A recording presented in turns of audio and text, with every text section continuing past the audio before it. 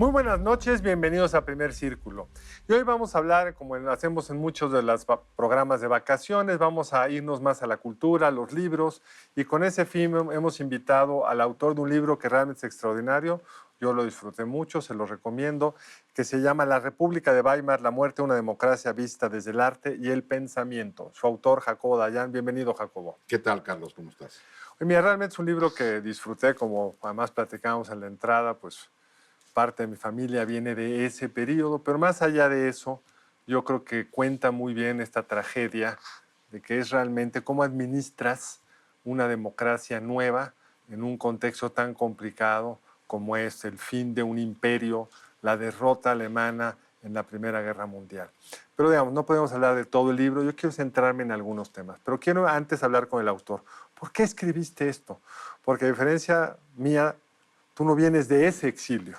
Sí, mira, para mí ya era una época de fascinación, es decir, en esos pocos años que van del final de la Primera Guerra Mundial al ascenso del nazismo, donde Alemania llega de manera tardía a una democracia, se da una gran explosión en todos los ámbitos, en las ciencias, en el pensamiento, en las artes, y como tal había sido para mí un motivo de estudio y de gozo, ¿no? Es decir, ver las películas, la música, la pintura, leer los autores, es decir, son los años de Thomas Mann, por ejemplo, el teatro de Brecht. Y es cuando en los primeros años de Trump, previo a la pandemia, el secretario general de la ONU hace una declaración diciendo que el mundo de hoy empieza a parecerse de manera preocupante a la Europa de los 20 y 30. Son los años en que empiezan a surgir muchos libros, recordemos, sobre el populismo, El fin de la las democracia, democracias. cómo mueren las Es democracias. decir, Trump genera esta explosión de escritura alrededor de estos temas. Y el arquetipo de la democracia fallida es Weimar. Siempre que se habla de una democracia en crisis, se voltea a ver a Weimar. Vamos a empezar por ahí, Jacobo, porque realmente es muy interesante ese arquetipo, porque es una democracia diseñada desde los expertos politólogos. Mal diseñada aparte.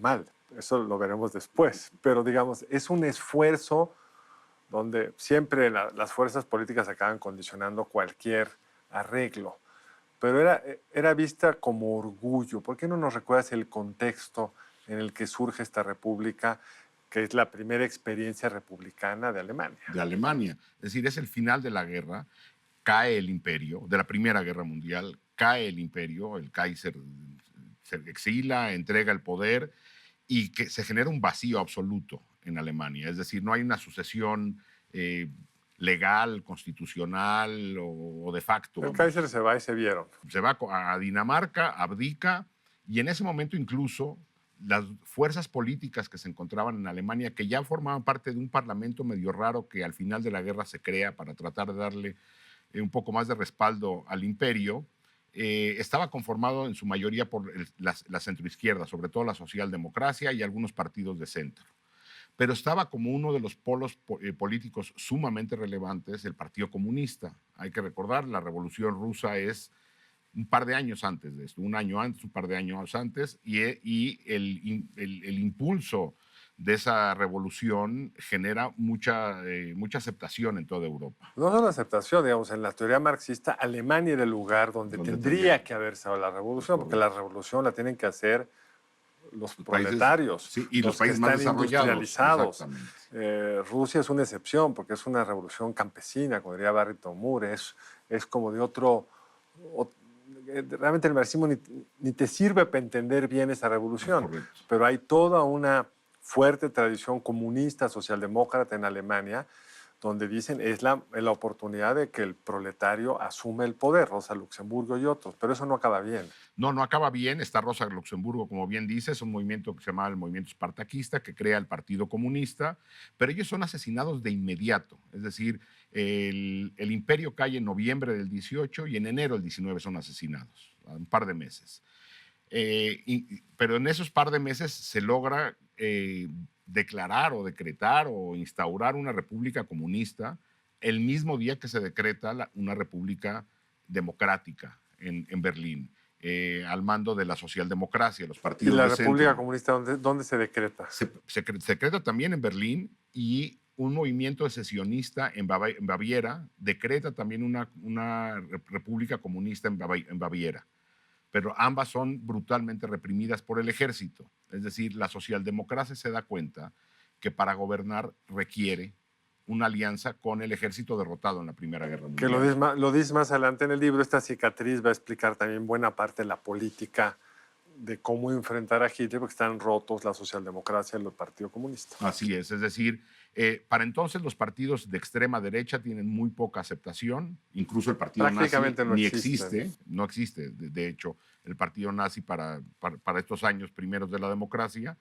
Y entonces la coalición de centro busca, ve al enemigo en los comunistas, y de ahí una alianza con el ejército, tratando de crear las condiciones de gobernabilidad en un país no nada más moralmente derrotado, sino económicamente quebrado. Y con unas reparaciones, recordemos que los ganadores en la Primera Guerra Mundial impusieron a los derrotados unas reparaciones extraordinariamente onerosas. Las acabaron de pagar en el siglo XXI, de ese tamaño. Y eso que hubo descuentos. Hubo descuentos, pero no nada más fue económica.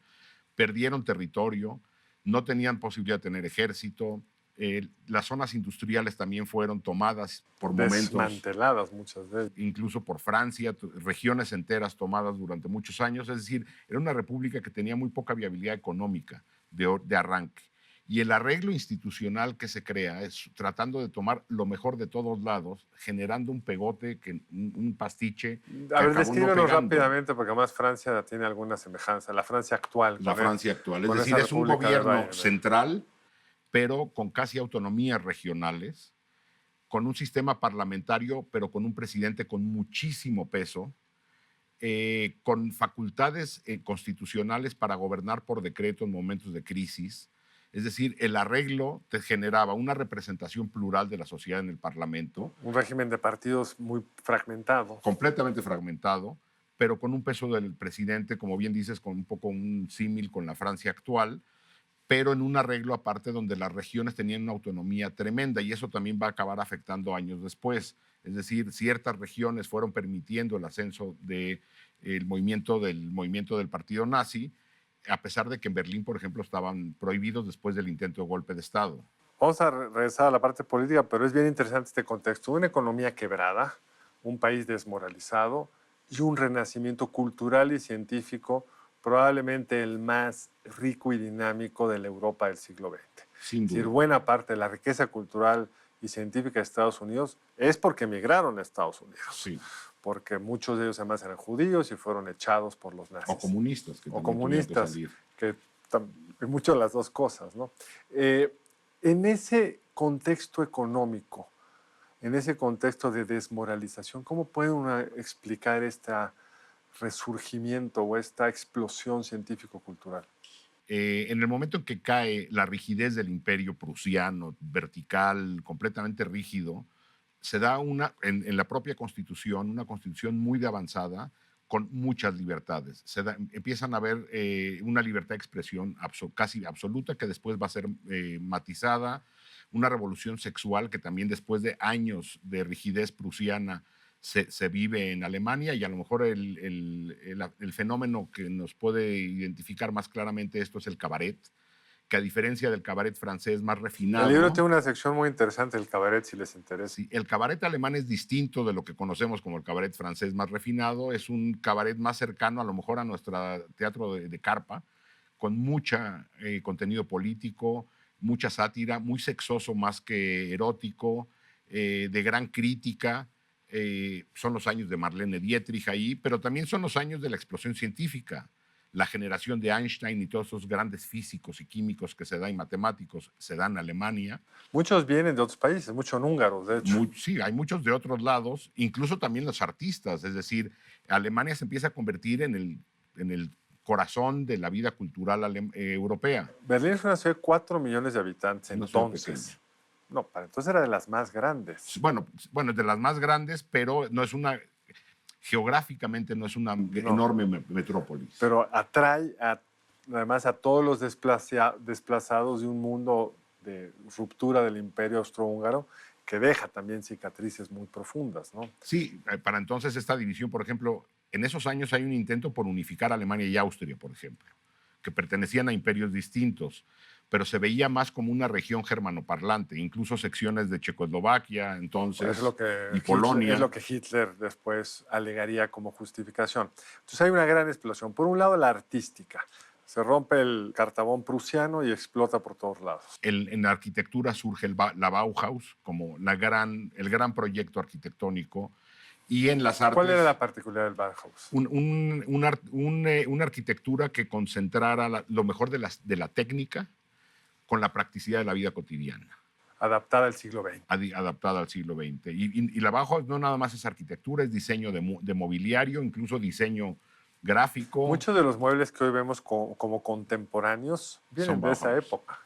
También son los años de la ruptura.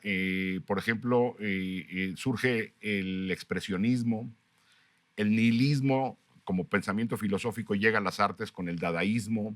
Es decir, empieza una ruptura de las formas tradicionales de hacer arte. Y empezamos a ver manifestaciones mucho más agresivas, poco cercanas a la estética que conocemos, porque son los años de gran ruptura en Alemania. Y también es el año de la aparición de una nueva tecnología, que es el cine. Y el radio. El radio, que además tienes unos datos sobre cómo se expande el radio de una forma que cualquier podcast estaría orgulloso de lograr algo así. Pero vamos rápido al cine, porque en México tenemos mucho la influencia de la expansión del cine de Hollywood en la primera mitad del 20 y del propio cine mexicano, que es menos heroico por mucho. Pero en Alemania hay unos desarrollos no solo, digamos, artísticos, sino tecnológicos. Las primeras películas sonoras incluso se da, la primera película con cámara en movimiento se da en Alemania, en la agencia del Estado, pero con una producción enorme. Mencionas una de las grandes películas del siglo XX, que es Metrópolis, de Fritz Lang, y das los datos de cuántos extras tenía Metrópolis. O sea, son miles de extras de vestuario. Una película que perdió dinero en esos años. Y hoy es una de las películas, es patrimonio de la humanidad en la UNESCO. Pero también son los años de películas como Nosferatu, como El gabinete del doctor Caligari, que es un clásico del cine. Vamos a parar rápido en Nosferatu, porque cuando leí el libro la recordé, esa yo la vi hace muchos años. Y describes muy bien hasta la parte de las manos, el juego de las sombras, y que era una representación del bien y del mal, que es un poco la forma de tratar de reorganizar el mundo después de la Primera Guerra Mundial, ¿no? Sí, es un cine sin sonido, entonces sin voz. Había que mandar mensajes más allá de las plecas con textos que se ponían, desde en la lógica del expresionismo, con algunas escenas o con algunas imágenes o de la escenografía. Es decir, si recordamos El gabinete del doctor Caligari, toda la escenografía es una escenografía quebrada, caída, propia del expresionismo, como una realidad que no se sostiene. Y hay elementos que se van replicando tanto en el cine como en la pintura. Por ejemplo, la utilización de la mano en forma de garra como una amenaza permanente. Y si recuerdan, Nosferatu es muy famosa la escena de este monstruo que en teoría se supone que es como Drácula, subiendo unas escaleras y la sombra creciendo de manera exponencial. Con esa imagen nos quedamos, tenemos que hacer un corte y regresamos en un momento más a seguir discutiendo la República de Weimar, cultura y política. Gracias.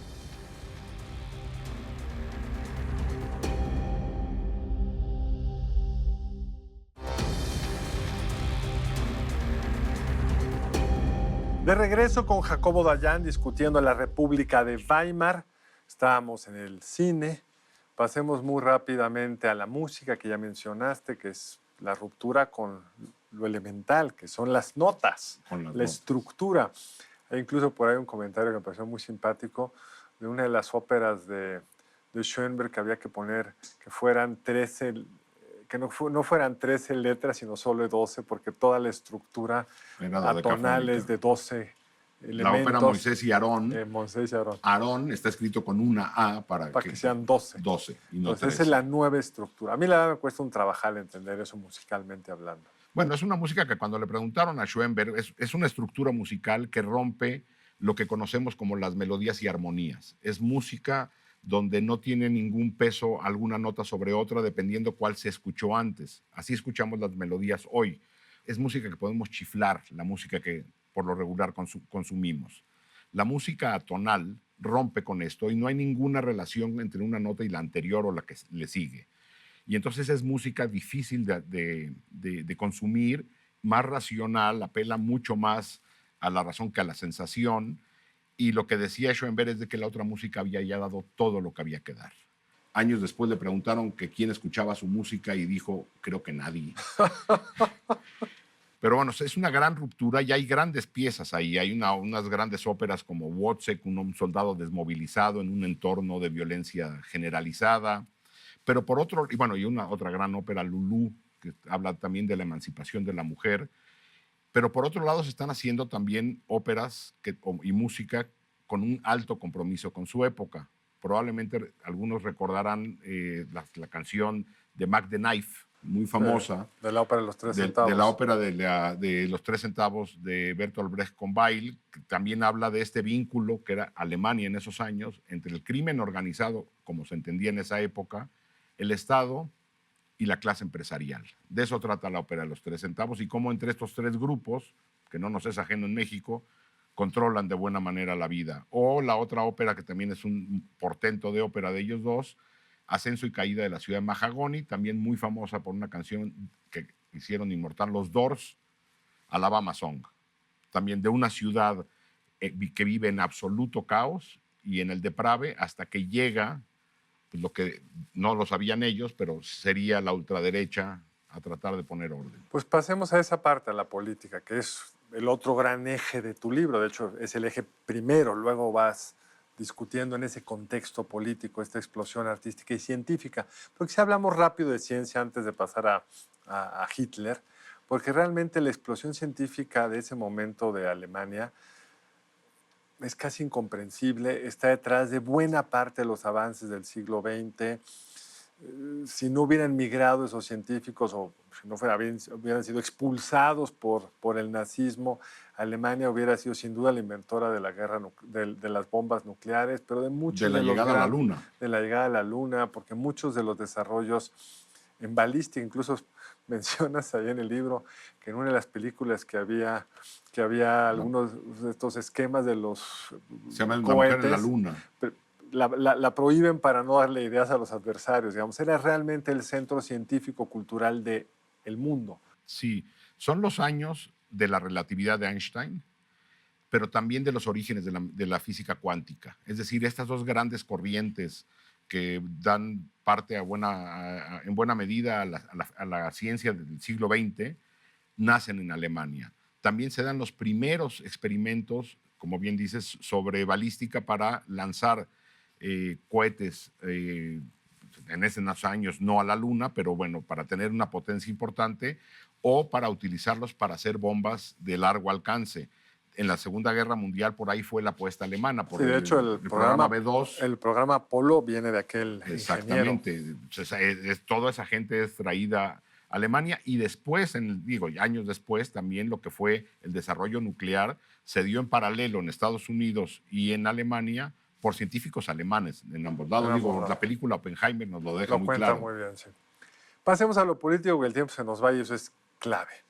Hay un personaje, un soldado desmovilizado, austriaco, que hace un golpe un poco extraño porque no tenía ninguna probabilidad. Incluso citas por ahí algunos periódicos que se medio burlan de él. Entremos a este personaje que es de estos que realmente uno podría decir, sin este personaje no habría habido todo lo demás. Porque aunque hay un contexto económico, social, hay un personaje que lo lidera, que es Adolfo Hitler. Sí, Alemania está en una brutal crisis económica. Nada más para que pongamos en cifras esto. Un marco alemán llega a costar 4.2 y 12 ceros. Es inimaginable. Citas por ahí el caso de un autor de un libro que mandó su manuscrito, pidió un adelanto, se lo pagaron y cuando llegó el libro ya no valía ni papel del libro que había mandado porque la hiperinflación era brutal. Citas el caso de Bruno Walter en la Sinfónica de Berlín. Salían en la mañana, pedían un break en el ensayo. Todos los días había que cobrar porque incluso... Para salir a comprar rápido. Tenías que comprar lo primero que encontrabas porque si te tardabas una hora ya valía la mitad. O sea, no tenemos idea de lo que es eso. Y también es increíble que el sistema político haya aguantado todo lo que aguantó en ese contexto, pero surge Adolfo Hitler. En ese año de la gran inflación, en el 23, en Baviera, el movimiento de ultraderecha, que después se convierte ya que ya empezaba como Partido Nacional Socialista, decide hacer un golpe de Estado pensando que tendría el apoyo sobre todo obrero y de los jóvenes para llevarlo a cabo. Y para eso se alía con el segundo militar más importante de Alemania. El primero, que después será presidente, Paul von Hindenburg, está aliado al gobierno, y el segundo, el general Ludendorff, se une al golpe militar. Y un puñado, una decena de simpatizantes deciden tomar una sesión que había en esos años. La política se hacía en cervecerías, ahí se reunían en una cervecería en Múnich, y hacen un golpe de Estado que fracasa, pero de manera monumental. Fracasa a tal grado, bueno, son asesinados un par, que después serán nombrados como héroes en la avanzada por el nazismo, y encarcelados el resto. Evidentemente al militar se le decide no enjuiciar, a los militares entonces, ahora, aquí y allá, no se les toca, pero al resto del grupo se les enjuicia. En un juicio sumamente extraño, el Estado no quería cargarle la mano a la ultraderecha, otra vez pensando que el golpe vendría del lado de los comunistas. Se dan muchas concesiones durante el juicio, y a pesar de que el marco legal alemán daba incluso por sedición al fusilamiento, o en el menor de los casos el exilio, hay que recordar, o la cadena perpetua. O la cadena perpetua. Hitler no es alemán, es austriaco, renuncia a su nacionalidad para no ser deportado. Se lleva a cabo un juicio ridículo que lo único que termina es dándole más voz nacional a Hitler, y con una sentencia muy pequeña, y a los pocos meses es liberado. Y de ahí empieza el gran ascenso. Ahí se da el conocimiento de Hitler, pero todavía no tiene gran aceptación electoral. No, en la primera elección posterior a eso saca el 4% o algo así. Es un partido de 4 o 5%. Pero ya hay una voz.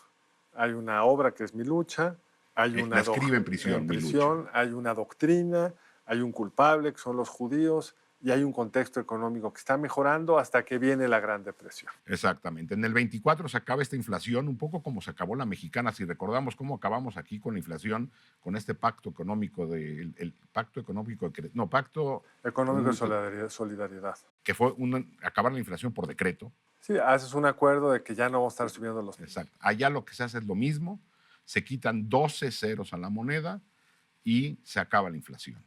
Y se empiezan los años de gran recuperación económica en Alemania, del 24 al 29. Y lo que viene a generar ya la caída final de la democracia alemana es el crack de la bolsa de octubre del 29 en Nueva York, porque Alemania vivía en buena medida de créditos internacionales anclados a la bolsa de Nueva York. Además, la economía mundial entra en una fase recesiva. Recordemos la recesión mexicana en principios de los 30, es la más profunda que ha tenido la economía mexicana, y eso le pasa a todo el mundo. Es un contexto de alto desempleo, de alta vulnerabilidad social, y ahí es donde es una economía sustentada en alfileres, se cae. Pero ahí el discurso de Hitler se vuelve muy exitoso. Se convierte en momentos de crisis. Cuando uno ve los resultados electorales después del 29 en Alemania, la coalición de gobierno evidentemente va a la baja, y hay dos partidos que crecen, el comunista y el partido nazi. De manera mucho más acelerada el partido nazi, porque tiene el respaldo de los grandes sectores industriales alemanes, que apuestan por Hitler no por un convencimiento ideológico. Es lo menos malo. Y sobre todo porque Hitler propone sobre la mesa renegociar el Tratado de Versalles. Y con el apoyo del presidente. Y con el apoyo de entonces de Paul von Hindenburg, que a pesar de que después ya Hitler empieza a tener mayorías electorales, hay que recordar, un sistema parlamentario, no se le entrega la Cancillería, lo que sería como el primer ministro, no porque no tuviera tenía la mayoría de votos, no armaba coalición, pero había un temor todavía de entregarle la Cancillería a Hitler. Viene el 30, 31, y en las elecciones del 32 ya alcanza niveles muy altos, pero muy altos son 30 y tantos %. Es más o menos lo que obtuvo el Partido Laborista, pero en un régimen de representación proporcional donde 34% es 34% de escaños. Así es. No como en Reino Unido, que se van a 2/3 partes de los escaños. Así es decir, pero no alcanzan las mayorías. Nunca tienen la mayoría. Y uno piensa que tuvo el respaldo mayoritario. Incluso ya en los años del nazismo, la embajada norteamericana seguía haciendo sondeos en lo que se podía hacer. Y hay reportes de que la Cancillería norteamericana, en el Departamento de Estado norteamericano, que hablan de que nunca tuvieron más de un tercio de la población a favor. Y ellos lo sabían, por eso lo que hicieron fue desarmar muy rápidamente. Cuéntanos cómo ese canciller Hitler, ese primer ministro, por usar la figura más, el nombre más común, llega al poder porque el presidente von Hindenburg le da la opción de formar gobierno y en un ratito ya no hay democracia. Y ya pero en meses no hay democracia. Es decir, hay 2 ocasiones en que Hitler exige que se le entregue a la Cancillería y decide no darla. Y en algún momento se dice, bueno, hay que darla. Los gobiernos caían a los meses. No tenían coalición No había suficiente. manera y el caos, el desempleo era tal que no sostenían los gobiernos. Se piensa dársela pensando que probablemente cayera rápido. Él toma el poder en enero del 30 de enero, perdón, del 33. Y a las pocas semanas se da un evento que es, me parece que a mí el que detona todo, que es el incendio del Parlamento en Alemania.